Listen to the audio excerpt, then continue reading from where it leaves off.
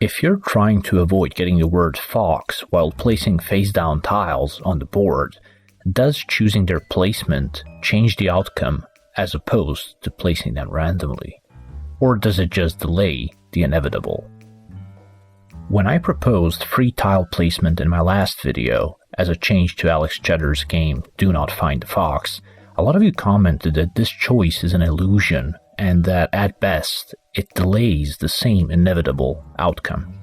Alex also made a great video running millions of simulated games with this design tweak, getting the same probability at winning regardless of placement strategy.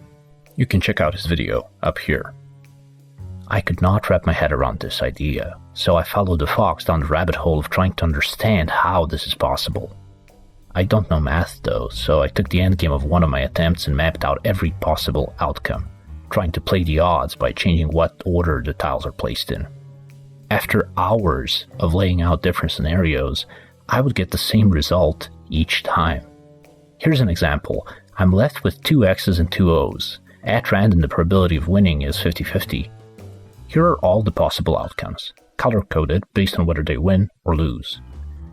To uneven the odds on the next turn, I play my first tile in the bottom right corner. Whatever letter didn't come up now has a 2 out of 3 chance of coming up next. I did this for each step, then multiplied each step's probability to get the odds of that exact scenario playing out. Adding up the probabilities, I would always get the same odds that I started with. My intuition was telling me that there's something missing here, but the facts don't lie. Each game returns the same odds regardless of what I do. I was about to bite the bullet and give up, but then this happened. Wait, what? What changed? While I was playing around with different variations of the game, I at one point added a couple of extra tiles to make predicting the outcome more difficult. Or so I thought. In the original game, there's 16 spaces on the grid and 16 letter tiles to fill in. But when I add these extra tiles to the equation, I get a different probability of winning depending on the steps I take. Just to be sure, I mapped out all possible outcomes with a different set of steps. Again, I got a different probability of winning versus losing. So there's something that happens between the setup and the outcome that changes the odds. Does this one little change make all the difference? Or am I just that bad at maths?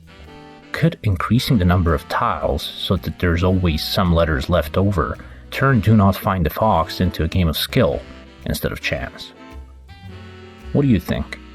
Does this change turn the illusion of choice into an actual meaningful decision? Or did I fall into another probability trap? I'm curious to see your comments. I have some games of my own I'm working on, so if you're interested in game design and print and play tabletop games, stick around. Some fun stuff is in the works. Oh, and go give these videos some love. They'll make it worth your while.